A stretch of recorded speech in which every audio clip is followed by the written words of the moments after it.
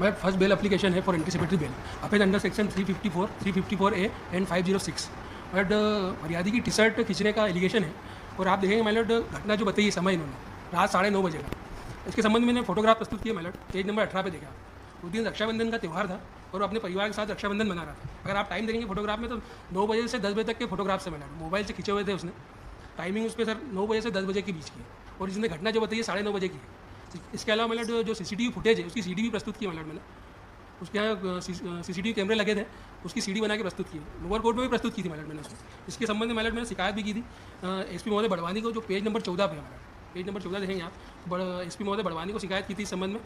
इसके अलावा पुलिस थाना अंजड़ में भी शिकायत की थी, पेज नंबर 16 पे हमारा। उस दिन रक्षाबंधन का त्यौहार था, इसके यहाँ भी रिश्तेदार आए हुए थे और जानबूझ के उस दिन शिकायत की ताकि इसके परिवार में और समाजजनों में इसकी प्रतिष्ठा ढूंढ लो। क्योंकि पूर्व में भी इनका विवाद हुआ था, इसी रंजिश इसको झूठा फंसा गया।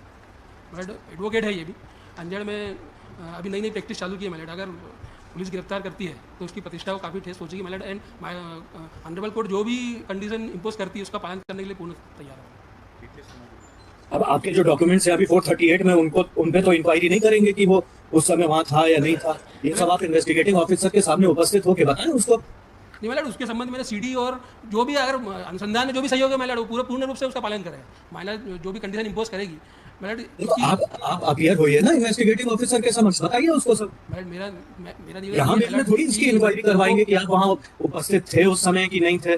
मैलेट इसके संबंध में मैंने आवेदन दिया था, सीडी और फोटोग्राफ प्रस्तुत किए दिए हैं इनको। उसके पश्चात भी मैलेट प्रॉपर इन्वेस्टिगेशन नहीं हो रहा है, इसीलिए मैलेट क्योंकि एडवोकेट है और अगर गिरफ्तार पूर्ण आशंका है कि इनको गिरफ्तार किया जाएगा। मैलेट बार बार एडवोकेट बोलेंगे तो उल्टा ही पड़ेगा आपको। मैलेट मेरा निवेदन है कि जो भी कंडीशन इंपोज करे, अगर डे बाय डे उपस्थित करने का आदेश करती कोर्ट तो वो भी उपस्थित होगा। अनुसंधान में कोई वो नहीं करेगा मैलेट, इन्वेस्टिगेशन में पूरा सहयोग करेगा, भले इसके लिए कंडीशन इंपोज करे। ये सब इन्हें ये इन्वेस्टिगेटिंग ऑफिसर के सामने ये प्रोड्यूस किए हैं क्या? ये जी जैसे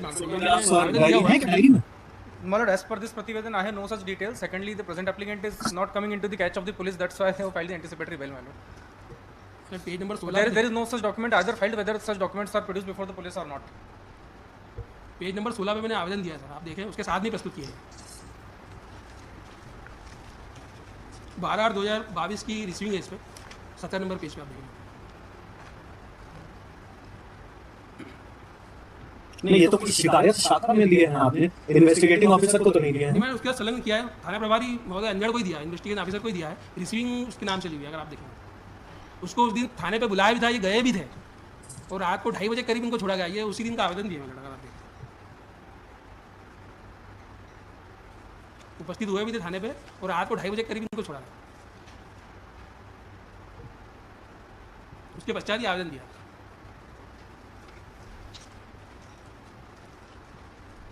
ये कब की घटना है? 11/8/2022 की घटना है ये।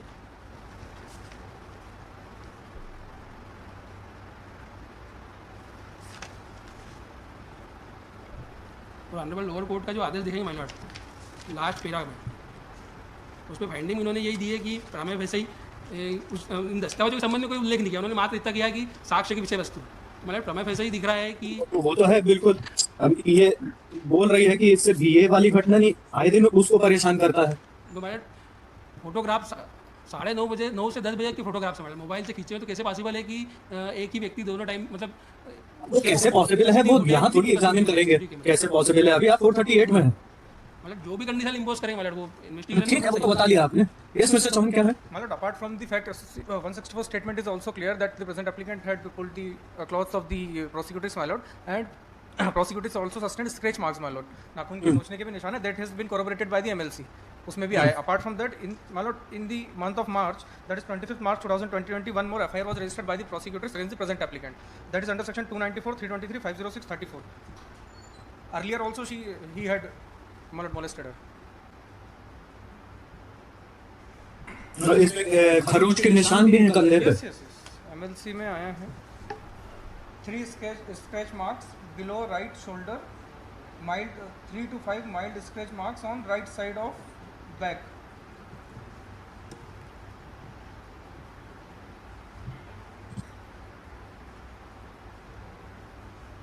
क्या और रात की घटना है? 9:30 बजे रात की? Yes, रात के 9:30 बजे।